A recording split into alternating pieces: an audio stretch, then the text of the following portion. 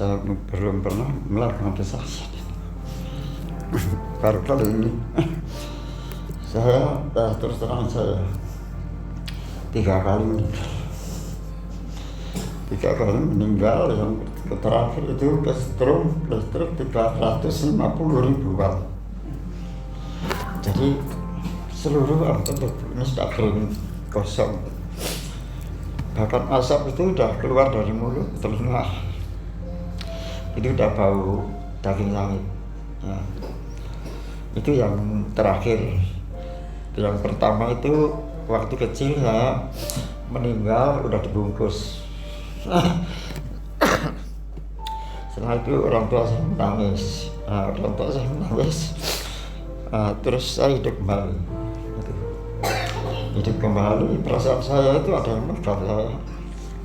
Orang rambutnya panjang di dadaku. Terus yang ketiga itu saya angon sapi disentik mulai jam 3 sampai maghrib. Itu nggak ada orang tahu. Di tengah ladang itu.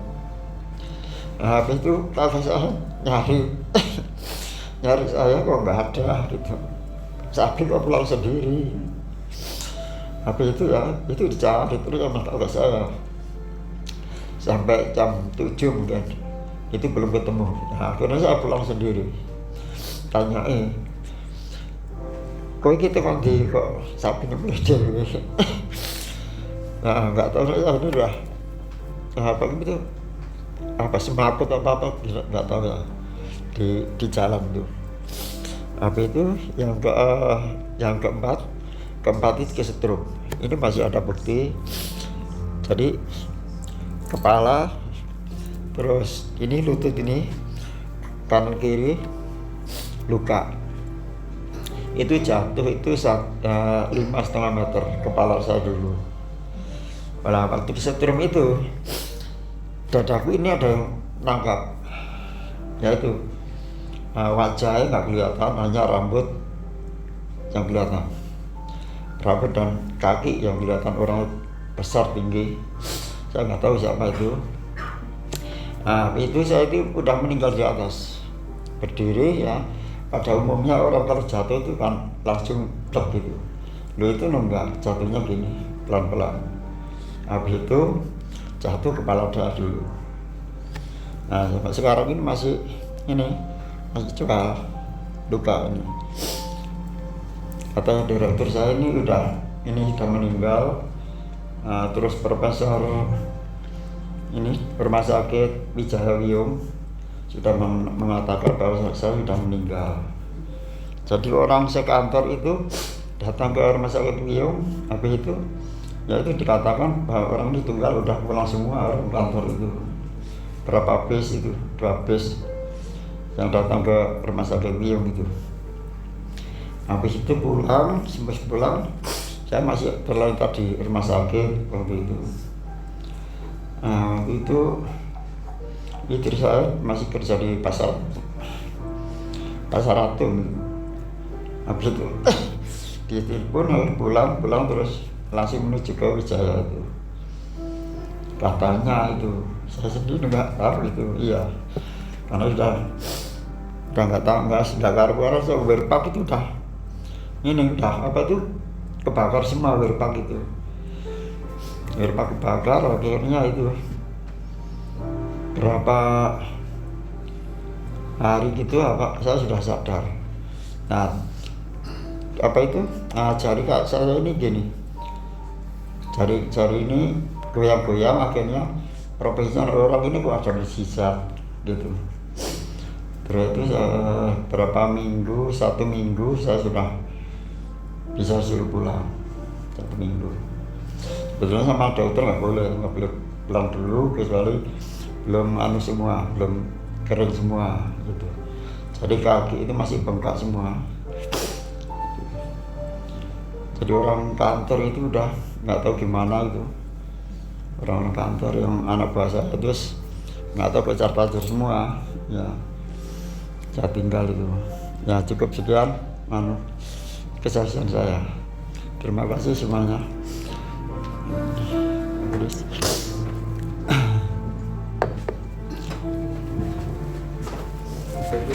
Sebentar lagi kita mau menyiapkan hati, pikiran kita, pendengaran kita untuk firman Tuhan. Kita mau angkat pujian, Aku mengasihi Engkau Yesus. Biarlah seluruh hidup kita serahkan kepada Tuhan. Kita mau katakan, Aku mengasihi Engkau Tuhan.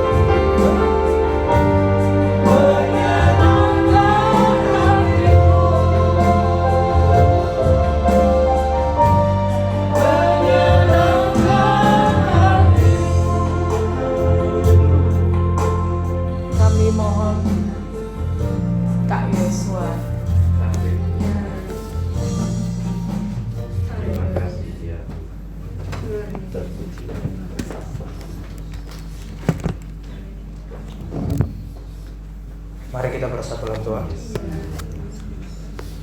Bapa yang baik, Bapa yang bertata tinggi dalam kerajaan surga, kami mengucap syukur atas waktu pada malam hari ini. Sekali lagi kami boleh dapat berkumpul bersama-sama untuk memuji Tuhan dan untuk mendengarkan kebenaran firman Tuhan.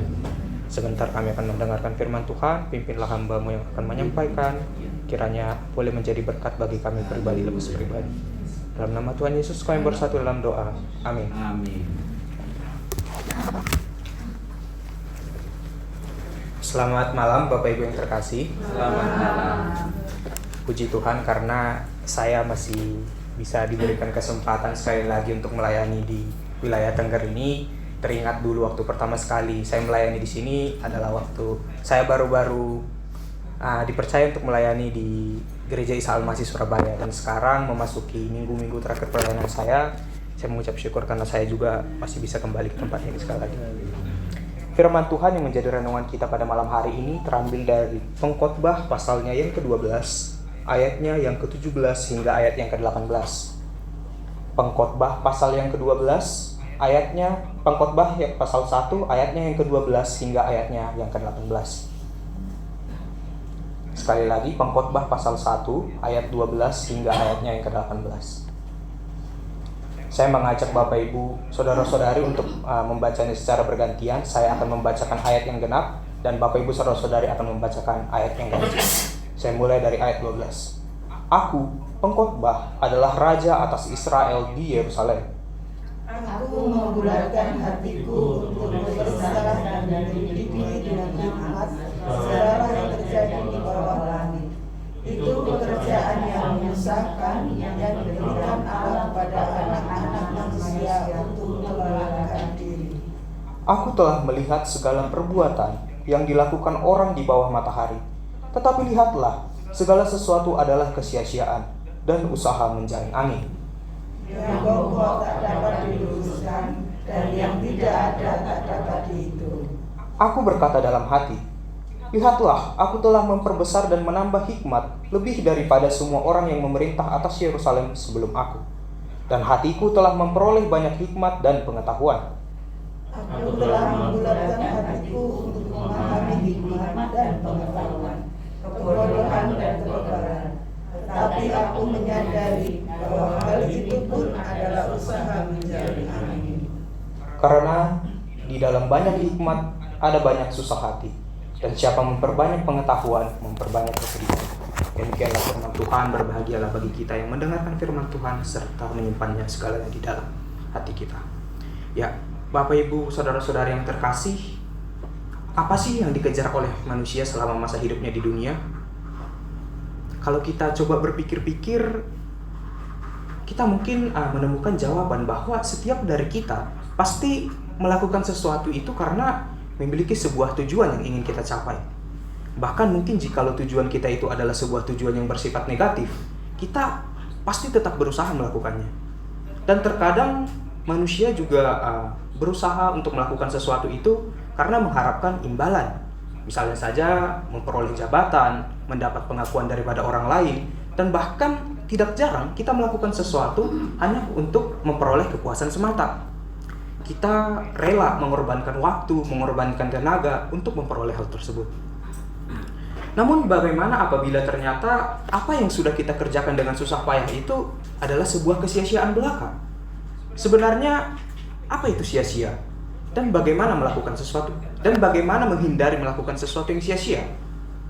Bapak Ibu yang terkasih, kecenderungan manusia untuk mengejar harta, mengejar kedudukan, mengejar nama baik, mengejar pengetahuan, dan mengejar hal-hal yang bersifat duniawi lainnya merupakan pengejaran yang dikatakan oleh kitab Pengkhotbah adalah pengejaran yang bersifat sia-sia. Memang pengkhotbah ini nggak melarang kita untuk mengejar harta, mengejar kedudukan, dan lain sebagainya. Namun pengkhotbah ini pengalamannya menemukan suatu kesimpulan, yakni apabila seorang manusia itu mengejar hal-hal duniawi, hal-hal tersebut dapat dikatakan sebagai usaha untuk menjaring angin. Nah, apa sih yang dimaksud dengan usaha menjaring angin? Mungkin di tengah kemajuan teknologi saat ini, kemajuan teknologi yang begitu pesat, kita itu bisa membayangkan begitu secara bebas contoh dari usaha menjaring angin. Dan mungkin sebagian dari Bapak Ibu yang mungkin up to date nggak merasa bahwa usaha menjaring angin itu adalah sebuah usaha yang sia-sia. Soalnya kita bisa menemukan begitu, misalnya saja dalam dunia kedokteran kita bisa menemukan inhaler, menemukan tabung oksigen, yang dimana hal itu bisa dikategorikan sebagai menjaring angin, bukan? Nah, namun yang dimaksud oleh pengkhotbah bukanlah hal itu. Ya, pengkhotbah di sini melihat bahwa segala upaya yang dilakukan oleh manusia dalam kehidupannya adalah kesia-siaan belaka. Pertanyaannya, mengapa dikatakan segala hal yang di dunia ini adalah kesia-siaan? Nah, menurut pengkhotbah, dia melihat bahwa semua pengajaran yang dilakukan di bawah matahari atau di bumi adalah sebuah tindakan yang tidak menambah nilai kekekalan di dalam hidup. Justru pengejaran akan harta, pengejaran akan kedudukan, pengejaran akan nama baik, pengejaran akan pengetahuan, dan hal-hal lainnya yang bersifat duniawi, justru menurut pengkhotbah itu membuat kita justru makin jatuh ke dalam nafsu duniawi. Nah, oleh sebab itu peringatan pengkhotbah ini patutlah kita perhatikan dan patut kita renungkan. Bapak Ibu saudara-saudara yang terkasih, mungkin kita sudah familiar gitu dengan kata hikmat. Kata hikmat sendiri sering dikaitkan dengan kata-kata seperti kepintaran, kebijaksanaan, kearifan, kedewasaan, dan lain sebagainya. Dan oleh karena itu, saya mengajak kita untuk mungkin sedikit menyamakan perspektif kita akan pengertian daripada hikmat ini, supaya kita bisa lebih mudah memahami apa sih hikmat yang dimaksud oleh kitab Pengkhotbah ini. Pertama, pengkhotbah itu menyebutkan bagaimana hubungan dirinya dengan hikmat. Dikatakan bahwa pengkhotbah memeriksa dan menyelidiki dengan hikmat segala yang terjadi di bawah matahari. Ini adalah pekerjaan yang diberikan Allah kepada manusia. Hal ini bisa kita temukan di dalam ayatnya yang ke-13. Lalu yang kedua, pengkhotbah juga mengatakan bahwa ia berusaha memperbesar dan menambah hikmat. Kita bisa melihat di ayat ke-16. Dan yang ketiga, pengkhotbah memperoleh banyak hikmat dan pengetahuan. Tetapi pada saat yang sama, ia menemukan banyak kesusahan hati dan banyak kesedihan. Kita bisa melihat di ayat yang ke-18. Nah, melalui ketiga hal ini, kita bisa tahu bahwa pengkhotbah ini adalah seseorang yang telah berusaha untuk mencari dan menambah hikmat. Melalui ketiga hal ini pula, kita bisa melihat bahwa pengkhotbah itu sedang memperlihatkan bagaimana orang yang berhikmat itu menjalani hidupnya. Dengan pengalaman hidup berupa keteguhan hati, pengkhotbah ini terus menggali apa yang pernah dia alami dan yang sedang dia alami. Ada proses yang tidak pernah selesai untuk merenungkan makna dari kehidupan. Jadi secara garis besar, hikmat adalah sebuah kemampuan untuk memahami dan mengatasi masalah dalam kehidupan sehari-hari. Selain itu, hikmat juga merupakan sebuah cara pandang yang secara moral adalah benar. Nah, Bapak Ibu Saudara-saudari, marilah kita mengambil sebuah contoh tokoh dari Alkitab. Kita akan melihat kehidupan Raja Salomo. Raja Salomo dikenal adalah sebagai seorang raja yang terkenal akan hikmatnya. Banyak sekali bagian dari Alkitab yang mencoba menggambarkan kebesaran hikmat dari seorang Salomo melalui mungkin cerita-cerita saat ia memecahkan masalah, melalui cerita-cerita saat ia mengambil kesimpulan dari sebuah masalah, melalui gambaran dari kehidupan Israel saat itu ia pimpin dan lain sebagainya. Dan oleh sebab itu pada masanya itu Salomo adalah seorang raja yang sangat disegani oleh karena kebesaran hikmatnya. Dan bahkan Salomo ini bukan hanya terkenal di negerinya saja, bahkan di luar dari negerinya itu pun dia terkenal, di luar dari kerajaannya itu pun dia terkenal. Nah, Bapak Ibu Saudara-saudari, apabila pengertian kita akan hikmat secara garis besar itu sedikit telah sama, marilah kita mulai mencoba menggali ayat Alkitab pada hari ini. Bapak Ibu Saudara-saudari, Lembaga Alkitab Indonesia memberikan tema pengajaran hikmat adalah sia-sia. Sekali lagi, pengajaran hikmat adalah sia-sia. Loh, kok sia-sia? Padahal tadi kan kita sudah melihat begitu melalui kisah hidup singkat Raja Salomo bahwa hikmat itu adalah sesuatu yang sangat penting, yang sangat dibutuhkan manusia, sangat berguna dan bahkan dapat bermanfaat bagi diri kita dan bagi banyak orang. Namun mengapa dikatakan sia-sia? Bapak Ibu Saudara-saudari, saya akan mencoba membahasnya dengan membagi bagian nats ini ke dalam 4 bagian pembahasan. Bagian yang pertama adalah ayat yang ke-12. Aku pengkhotbah adalah raja atas Israel di Yerusalem. Bapak Ibu Saudara-saudari, pengkhotbah atau dalam bahasa aslinya disebut sebagai Kohelet. Di sini dia memperkenalkan diri sebagai raja atas Israel di Yerusalem. Dia tidak secara lantang menyebutkan siapa namanya, namun memperkenalkan diri sebagai raja atas Yerusalem. Dan mungkin apabila kita mencoba menebak siapa yang paling berhikmat dan mengandalkan hikmat tersebut pada saat masa kepemimpinannya, mungkin setiap dari kita bisa setuju bahwa identitas dari pengkhotbah ini adalah Raja Salomo. Sebab melalui sejarah Alkitab yang kita ketahui sampai saat ini, Raja Salomo adalah Raja Israel yang paling berhikmat. Namun ada beberapa penelitian yang dilakukan oleh beberapa ilmuwan sejarah yang menunjukkan bahwa pengkhotbah ini bukanlah Raja Salomo. Sebab hasil penelitian menunjukkan bahwa latar belakang penulisan kitab pengkhotbah ini berbeda dengan latar belakang pada masa pemerintahan Raja Salomo.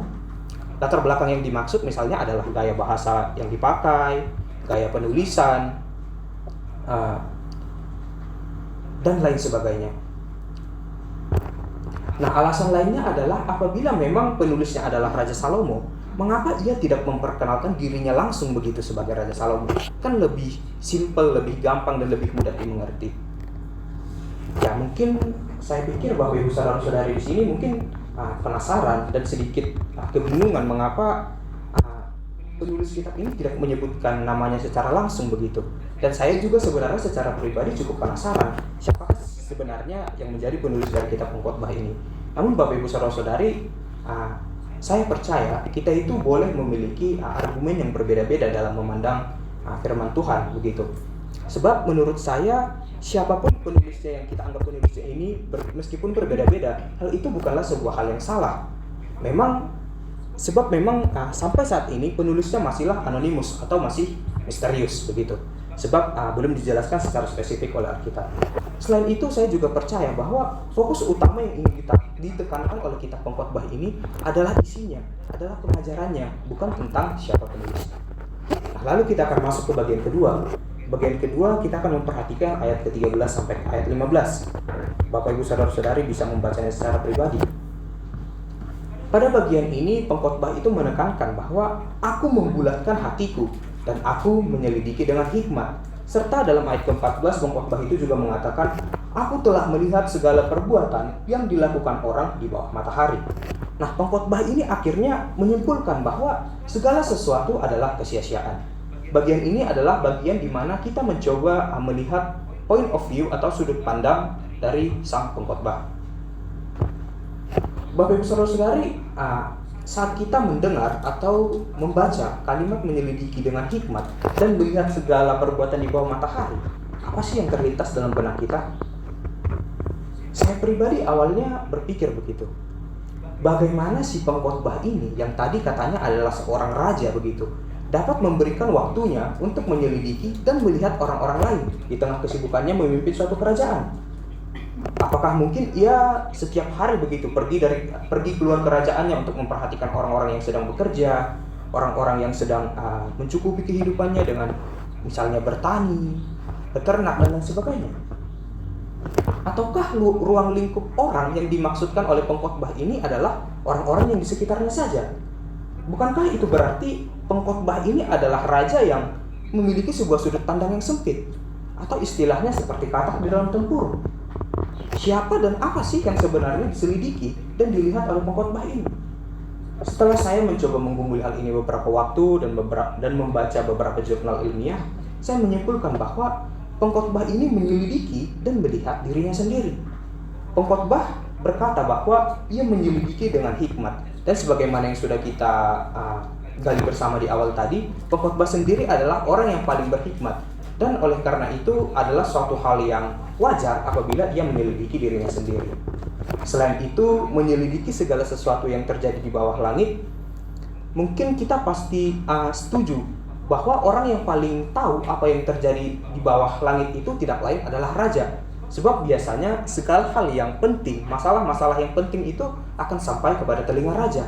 Dan oleh sebab itu tidak salah apabila kita menyebutkan raja adalah salah satu orang yang paling mengetahui apa yang terjadi di bawah langit. Namun timbul suatu pertanyaan baru. Mengapa pengkhotbah mengatakan bahwa segala sesuatunya adalah kesia-siaan? Bapak Ibu Saudara-saudari, pengkhotbah telah melakukan pengamatan terhadap pekerjaan-pekerjaan yang dilakukan oleh manusia. Dan dia melihat bahwa sebagian besar pekerjaan itu dilakukan hanya untuk memenuhi kebutuhan dan kepuasan dari pribadi manusia saja. Oleh karena itu, pengkhotbah itu menganggap semuanya adalah sesuatu yang sia-sia. Sebab menurut pengkhotbah, kehidupan yang berlalu hanya untuk bekerja dan memenuhi kepuasan pribadi adalah sebuah pemenuhan kebutuhan yang bersifatnya sementara saja. Dan itu baginya adalah sebuah kesia-siaan belaka, atau juga disebut dengan kepuasan yang semu. Pengkhotbah juga bahkan menekankan lebih lagi dengan memberikan sebuah ungkapan seperti menjaring angin, yang dimana menunjukkan bahwa hal itu adalah sebuah perbuatan yang sia-sia. Lalu kita juga akan melihat yang terakhir dari ayat ke-15. Pengkhotbah menambahkan bahwa yang bongkok tidak dapat diluruskan, dan yang tidak ada tidak dapat dihitung. Bapak saudara-saudari, ada kemungkinan bahwa ayat ke-15 ini merupakan sebuah peribahasa yang digunakan pengkhotbah untuk menggambarkan sebuah penyelesaian yang tidak dapat diubah begitu, dan yang sudah terlanjur terjadi. Kita dapat memperhatikan dalam ayat ke-15 begitu, yang dimana ayat ke-15 itu berkembang menjadi sebuah pernyataan teologis dalam pasal 7 ayat 13. Bapak Ibu saudara-saudari bisa melihat sendiri. Nah, lalu bagian yang ketiga adalah ayat ke-16. Ayat ke-16 sendiri menurut saya adalah sebuah ayat yang unik. Pengkhotbah di sini mengaku bahwa dia itu telah memperbesar dan menambah hikmat lebih daripada semua orang yang pernah memerintah Yerusalem, atau dalam kata-kata lain daripada raja-raja yang sebelumnya pernah memerintah Yerusalem. Dan hatiku memperoleh banyak hikmat dan pengetahuan. Yang membuat bagian ini menjadi unik bagi saya adalah bahwa di sini pengkhotbah itu menunjukkan seakan-akan dirinya sedang melakukan sebuah dialog. Nah, apakah pengkhotbah di sini sedang berdialog dengan orang lain, atau dia ingin berdialog satu arah dengan kita para pembaca tulisannya?